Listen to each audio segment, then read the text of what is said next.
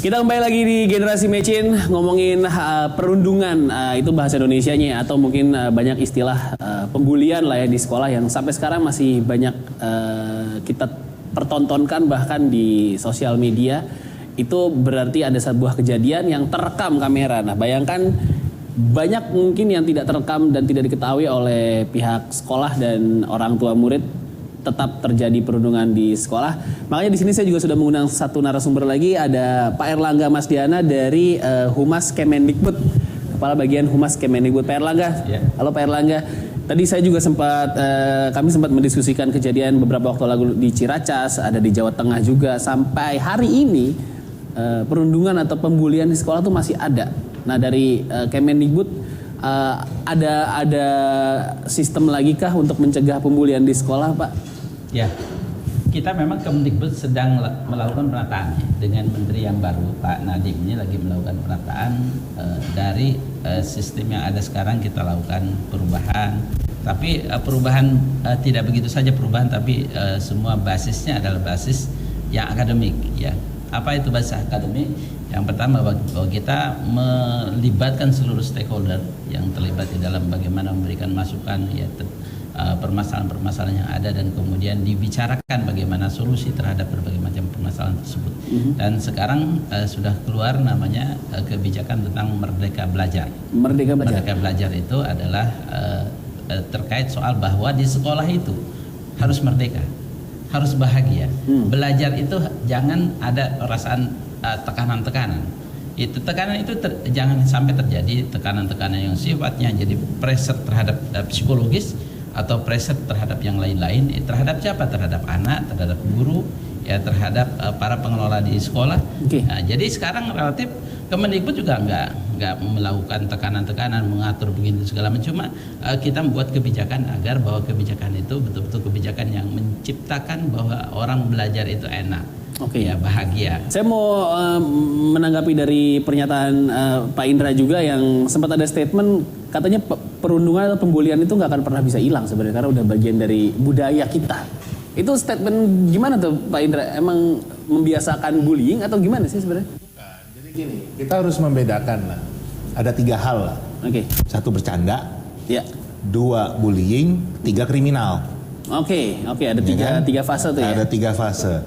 Kalau yang kriminal udah harus batasan, artinya segala sesuatu yang sudah levelnya kriminal itu jelas tidak boleh, kan gitu. Itu ada hukumnya. Nah, sedangkan antara bullying dan bercanda ini yang tadi disampaikan garisnya itu tipis sekali kan gitu. Dan ini akan tergantung dari cara pandangnya.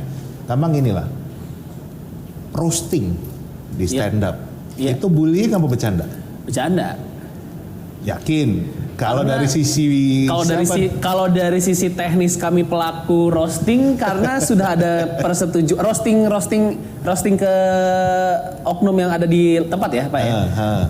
Kalau dari sisi kami pelaku stand up comedian, wah ini kenapa saya jadi dijudge?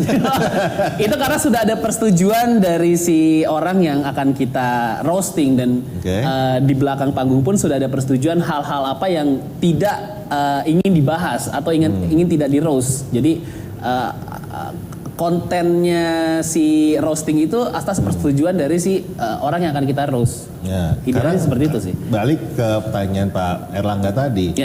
Anak-anak nonton roasting. Nah, terus mereka melakukan hal yang sama di sekolah. Betul. Itu bercanda apa bullying? Nah, itu juga tuh bingung tuh.